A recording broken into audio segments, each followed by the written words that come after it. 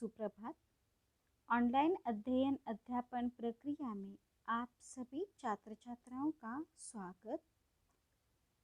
तो आज हम व्याकरण में से शब्द और उसके भेद इसके बारे में जानकारी लेते हैं। शब्द के भेद, इसके मुख्य दो भेद होते हैं, विकारी शब्द और अविकारी शब्द।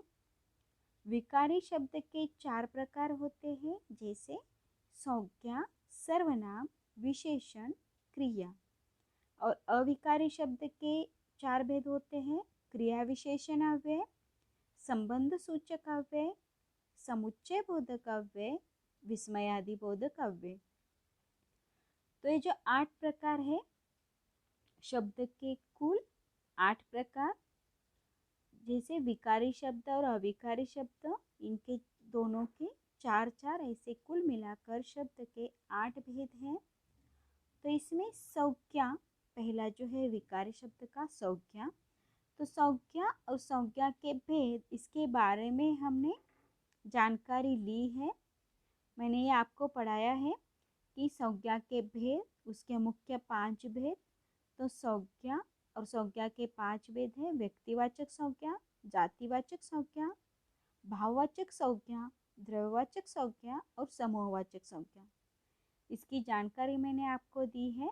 तो आज हम सर्वनाम और सर्वनाम के भेद, इनके बारे में जानकारी लेते हैं।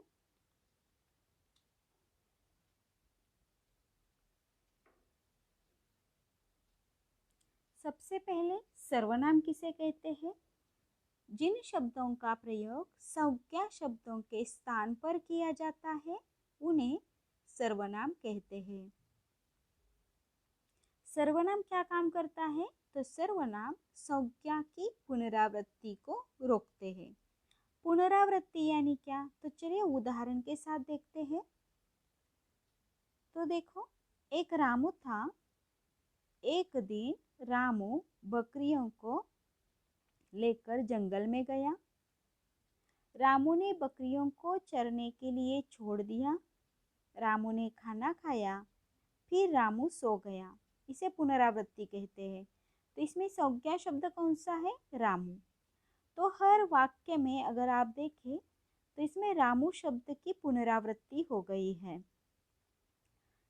अब देखो, यहाँ रामू यह एक संज्ञा है, यहाँ वह बार बार आई है। वाक्य में एक ही संज्ञा बार बार आती है तो हमें जरा खटकता है, कानों में अच्छा नहीं लगता। यानी हर वक्त, जैसे कि इन 5 वाक्यों को अगर आप ध्यान से सुनो, तो एक रामू था। एक दिन रामू बकरियों को लेकर जंगल में गया। रामू ने बकरियों को चरने के लिए छोड़ दिया। रामू ने खाना खाया, फिर रामू सो गया। यानी हर वाक्य में रामू रामू शब्द का प्रयोग करना ये सही नहीं लगता, और इसीलिए सर्वनाम की बजाय यहाँ पर क्या होता है? संज्ञा की पुनरावृत्ति होती है, यानी रामू शब्द का बार बार प्रयोग होता है। लेकिन अगर इस संज्ञा की जगह अगर हम सर्वनाम का प्रयोग करते हैं, जैसे कि अब देखो, एक रामू था। एक दिन वह बकरियों को लेकर जंगल में गया। उसने बकरियों को चरने के लिए छोड़ दिया। उसने खाना खाया, फिर वह सो गया। अब देखो, ये हमें सुनने में अच्छा लगता है, खटकता नहीं। यानी संज्ञा के बदले सर्वनाम का प्रयोग यहाँ पर हुआ है। संज्ञा है रामू और सर्वनाम का प्रयोग देखो, वह, उसने और वह, इस तरह से सर्वनाम का प्रयोग हुआ है। यानी संज्ञा के बदले सर्वनाम का प्रयोग किया जाता है। सर्वनाम का प्रयोग करने से संज्ञा की पुनरावृत्ति नहीं होती और इसीलिए वाक्य सुनने में अच्छे लगते हैं। और संज्ञा की बार बार होने वाली पुनरावृत्ति को रोकने के लिए सर्वनाम का प्रयोग किया जाता है। तो सर्वनाम की व्याख्या क्या है? तो देखो, संज्ञा के स्थान पर प्रयोग किए जाने वाले शब्दों को सर्वनाम कहा जाता है। सर्वनाम शब्द कौन से हैं देखो, जैसे मैं, तुम, वह, आप, कौन, कुछ, क्या आदि। तो ये आदि सर्वनाम शब्द है। तो सर्वनाम के भेद, सर्वनाम के भेद 6 हैं। सर्वनाम 6 प्रकार के होते हैं। 1 पुरुषवाचक सर्वनाम, 2 निश्चयवाचक सर्वनाम, 3 अनिश्चयवाचक सर्वनाम, 4 संबंधवाचक सर्वनाम, 5 प्रश्नवाचक सर्वनाम, 6 निजवाचक सर्वनाम। तो ये सर्वनाम के 6 प्रकार हैं। तो आइए देखते हैं, इनके बारे में जानकारी लेते हैं। तो पहला है पुरुषवाचक सर्वनाम, यानी पुरुषवाचक सर्वनाम किसे कहते हैं? जिन सर्वनाम से व्यक्ति का बोध होता है उन्हें पुरुषवाचक सर्वनाम कहते हैं। दूसरे शब्दों में पुरुषवाचक सर्वनाम स्त्री या पुरुष के नाम के बदले आते हैं, यानी व्यक्तियों के नाम के बदले जिन सर्वनामों का प्रयोग होता है वह पुरुषवाचक सर्वनाम कहलाते हैं। या जो शब्द बोलने वाले, सुनने वाले तथा जिसके विषय में बात की जाए उन पुरुषों का बोध कराते हैं वे पुरुषवाचक सर्वनाम कहलाते हैं। अब देखो पुरुषवाचक सर्वनाम, जैसे मैं आता हूँ, तुम जाते हो, वह भागता है। ये जो 3 वाक्य हैं, उपर्युक्त वाक्यों में मैं, तुम, वह पुरुषवाचक सर्वनाम है।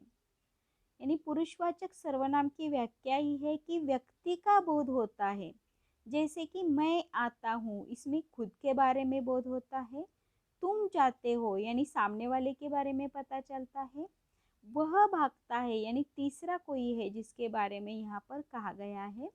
तो स्त्री या पुरुष के नाम के बदले जिन सर्वनामों का प्रयोग होता है वह सर्वनाम पुरुषवाचक सर्वनाम कहलाते हैं। पुरुषवाचक सर्वनाम 3 प्रकार के होते हैं। इसमें भी 3 प्रकार हैं, उत्तम पुरुष, मध्यम पुरुष, अन्य पुरुष। तो उत्तम पुरुष यानी जिन सर्वनामों का प्रयोग बोलने वाला अपने लिए करता है उन्हें उत्तम पुरुष कहते हैं। ये ध्यान से सुनना है और आपको याद रखना है।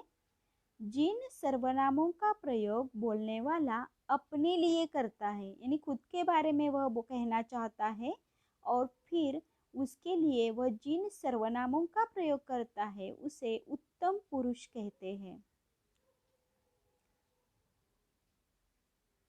जैसे मैं, हमारा, हम, मुझको आदि शब्दों का वह प्रयोग करता है।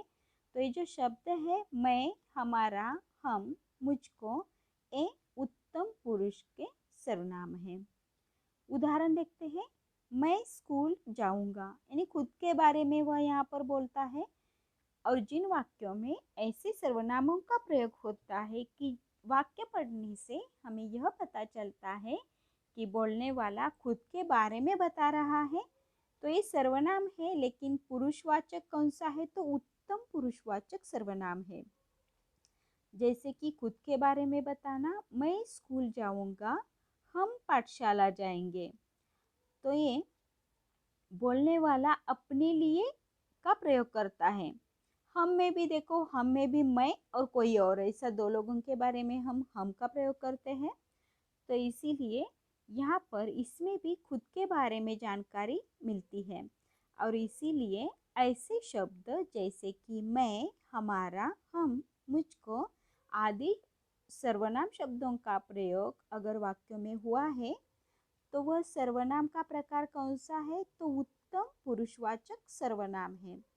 यानी आपको बहुत ही आसानी से ये समझ में आएगा कि सिर्फ इतना ही आपको याद रखना है कि बोलने वाला अपने लिए इन सर्वनामों का प्रयोग करता है।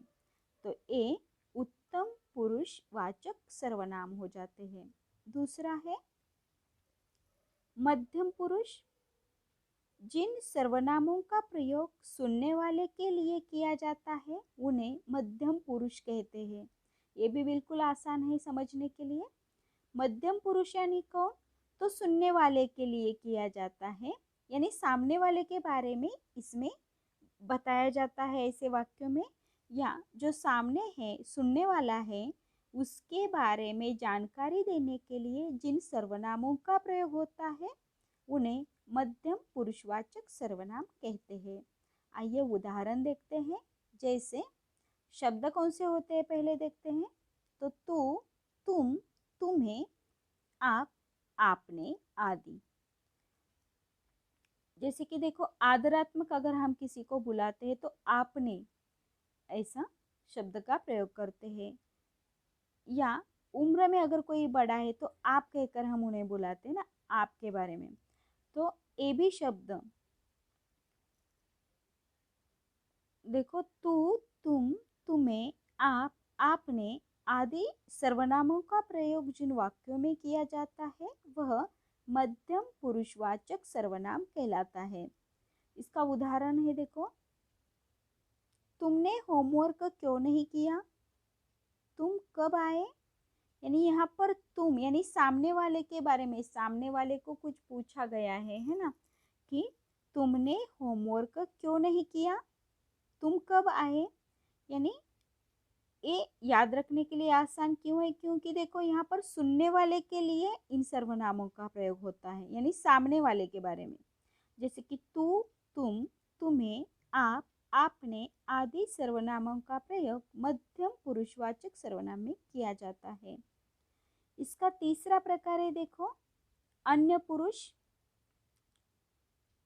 इसकी व्याख्या है, जिन सर्वनाम शब्दों का प्रयोग किसी अन्य व्यक्ति के लिए किया जाता है उन्हें अन्य पुरुष कहते हैं।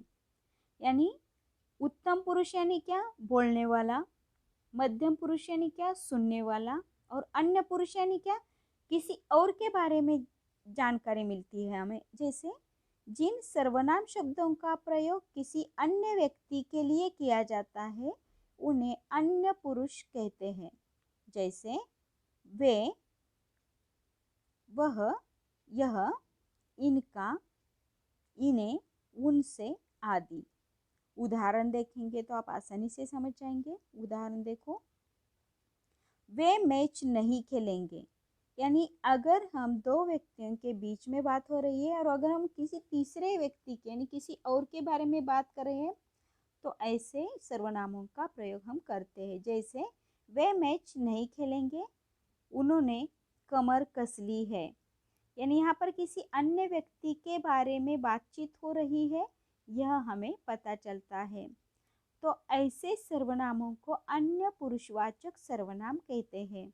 और ये कौन से होते हैं, तो वे, उन्होंने, यह, वह, इनका, इन्हें, उनसे, इस प्रकार के सर्वनामों का प्रयोग यहाँ पर होता है।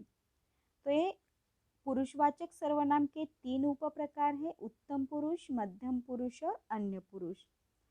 आपको याद क्या रखना है, उत्तम पुरुष यानी बोलने वाला जिसके बारे में सर्वनामों का प्रयोग किया होता है, मध्यम पुरुष यानी सुनने वाले के बारे में सर्वनामों का प्रयोग किया होता है, और अन्य पुरुष यानी किसी अन्य व्यक्ति के लिए इन सर्वनामों का प्रयोग किया हुआ होता है।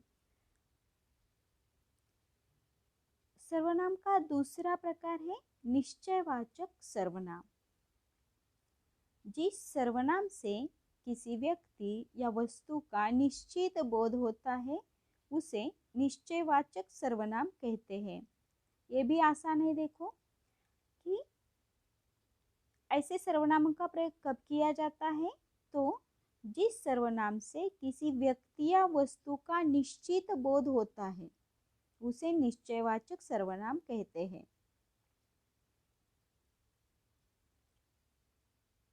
जिस सर्वनाम से बोलने वाले के पास या दूर की किसी वस्तु के निश्चित होने का बोध होता है उसे निश्चयवाचक सर्वनाम कहते हैं। जैसे यह, वह, ए, वे आदि सर्वनाम। उदाहरण देखेंगे तो समझ जाएंगे। देखो, यह हमारा घर है, यानी निश्चित वस्तु का यहाँ पर पता चलता है कि घर है, वहाँ पर है ना, वह निश्चय है। यानी निश्चित वहाँ पर घर है, इस बात का हमें पता चलता है। यह हमारा घर है, यानी बोलने वाला क्या बोलता है, यह हमारा घर है। दूसरा वाक्य है ये किताबें मेरी है, यानी सामने किताबें हैं, यानी वस्तु कैसी है, निश्चित है, यानी वस्तु के बारे में हमें बोध कराते हैं ये शब्द। यह वह आज्ञाकारी लड़का है, यानी लड़का कैसा है इसके बारे में जानकारी देने वाला सर्वनाम कौन सा है, वह। वे विष्णु के भक्त हैं, यानी वे यानी कोई व्यक्ति है, इसके बारे में हमें निश्चित जानकारी ऐसे वाक्यों से मिलती है। तो ऐसे सर्वनाम जिनका प्रयोग किसी व्यक्ति या वस्तु या स्थान का बोध कराते हैं, ऐसे सर्वनाम निश्चयवाचक सर्वनाम कहलाते हैं। यानी उदाहरण के लिए और उदाहरण देखते हैं, चलो। यह नईम की गाय है, यह यानी गाय किसकी है, और नईम की गाय है, यह बताने वाला इसमें सर्वनाम है यह। तो यह ये क्या हुआ, निश्चयवाचक सर्वनाम हुआ।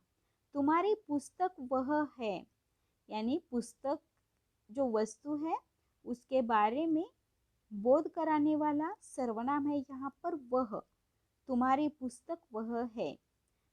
तो ये जो दो वाक्य मैंने अभी आपको बताए उसमें यह और वह, यह निश्चयवाचक सर्वनाम है। तीसरा प्रकार है अनिश्चयवाचक सर्वनाम। तो इसकी व्याख्या है, जिस सर्वनाम से किसी व्यक्ति या वस्तु का निश्चित बोध नहीं होता है उसे अनिश्चयवाचक सर्वनाम कहते हैं।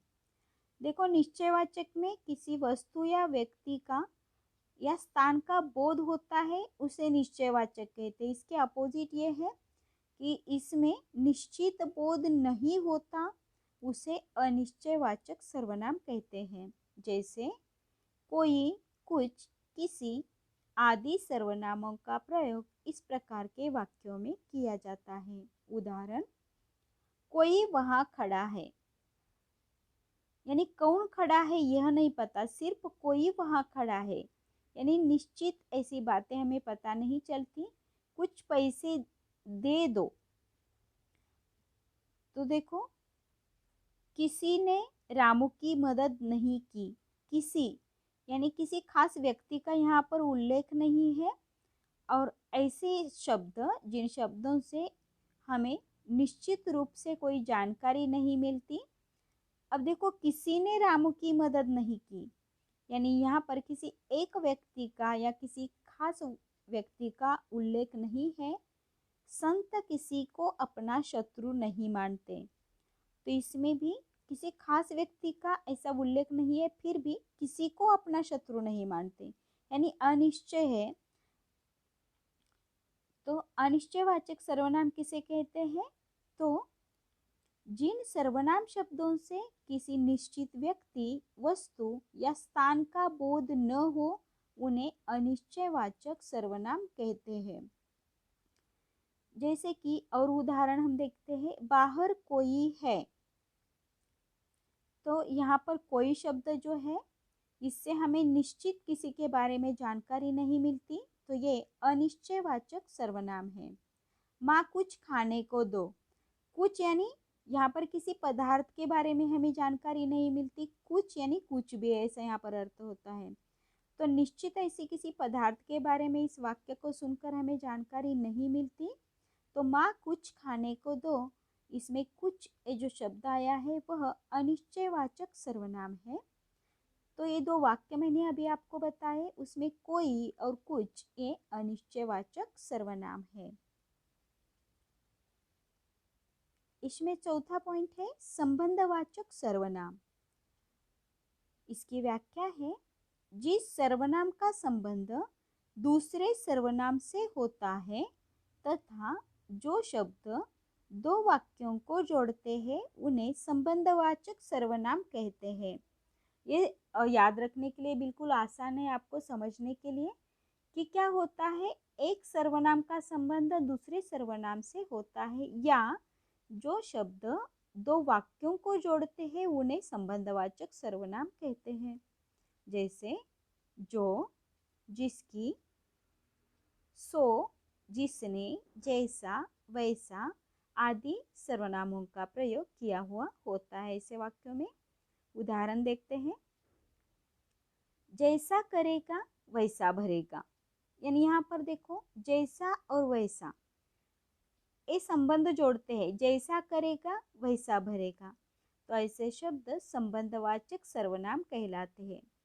जो परिश्रम करते हैं वे सुखी रहते हैं, यानी परिश्रम करते हैं सुखी रहते हैं, इनको जोड़ने वाले जो शब्द है जो और वे, ये सर्वनाम संबंधवाचक सर्वनाम है। वह जो न करे सो थोड़ा, तो ये जो वाक्य है इसमें जो और सो का प्रयोग हुआ है, ये संबंधवाचक सर्वनाम है।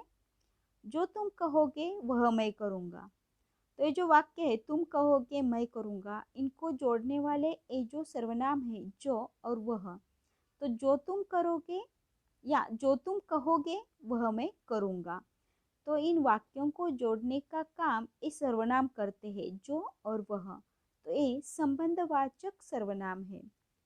जैसी करनी वैसी भरनी, तो करनी और भरनी इनका संबंध बताने का काम ये दो सर्वनाम करते हैं, जैसी और वैसी। तो जैसी करनी वैसी भरनी, इस वाक्य में जैसी और वैसी ये क्या है, संबंधवाचक सर्वनाम है।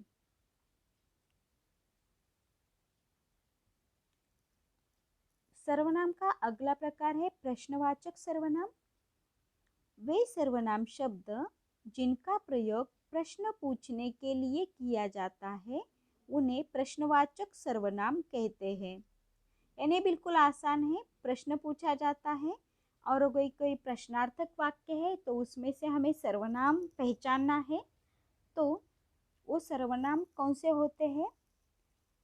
तो देखो, क्या बात हो गई, तुम्हारा नाम क्या है, यानी इन दो वाक्यों को अगर आप ध्यान से सुनो तो क्या बात हो गई, तुम्हारा नाम क्या है, तो इसमें क्या शब्द का प्रयोग हुआ है। और उदाहरण मैं आपको बताती हूँ ये समझने के लिए। अंदर कौन है, प्रेमा क्या कर रही हो, ये जो दो उदाहरण है इसमें कौन और क्या यह प्रश्नवाचक सर्वनाम है। यानी वे सर्वनाम शब्द जिनका प्रयोग प्रश्न पूछने के लिए किया जाता है उन्हें प्रश्नवाचक सर्वनाम कहते हैं। तो इन वाक्यों में प्रश्नवाचक सर्वनाम कौन से हैं, क्या बात हो गई, तुम्हारा नाम क्या है, तो इसमें क्या, दोनों वाक्यों में क्या इस शब्द का प्रयोग हुआ है, तो क्या ये प्रश्नवाचक सर्वनाम है। अंदर कौन है, यह जो वाक्य है इसमें कौन यह प्रश्नवाचक सर्वनाम है।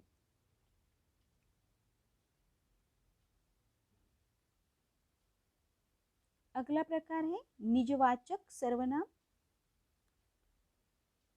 जिन सर्वनामों का प्रयोग खुद या स्वयं के लिए किया जाता है उन्हें निजवाचक सर्वनाम कहते हैं।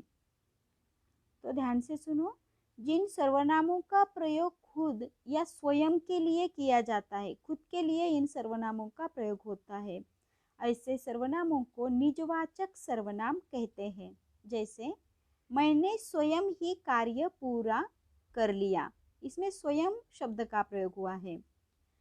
स्वावलंबी लोग अपने आप पर भरोसा रखते हैं, यानी खुद के बारे में यहाँ पर पता चलता है कि स्वावलंबी लोग अपने आप पर भरोसा रखते हैं।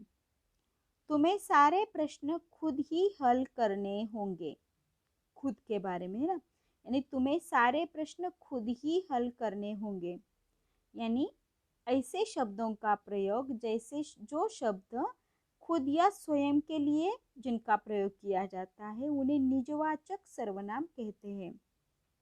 तो इसमें स्वयं, अपने आप, खुद आदि सर्वनामों का प्रयोग हुआ है, तो ये सर्वनाम निजवाचक सर्वनाम है। यानी जो सर्वनाम शब्द अपनेपन का बोध कराते हैं उन्हें निजवाचक सर्वनाम कहते हैं। और उदाहरण मैं आपको बताती हूँ। मैं अपने आप खाना ले लूँगा। अपने आप यानी खुद के बारे में यहाँ पर पता चलता है, तो ये क्या है? निजवाचक सर्वनाम है। तुम्हें अपना काम स्वयं करना चाहिए। स्वयं, यहाँ पर स्वयं यह क्या है? निजवाचक सर्वनाम है।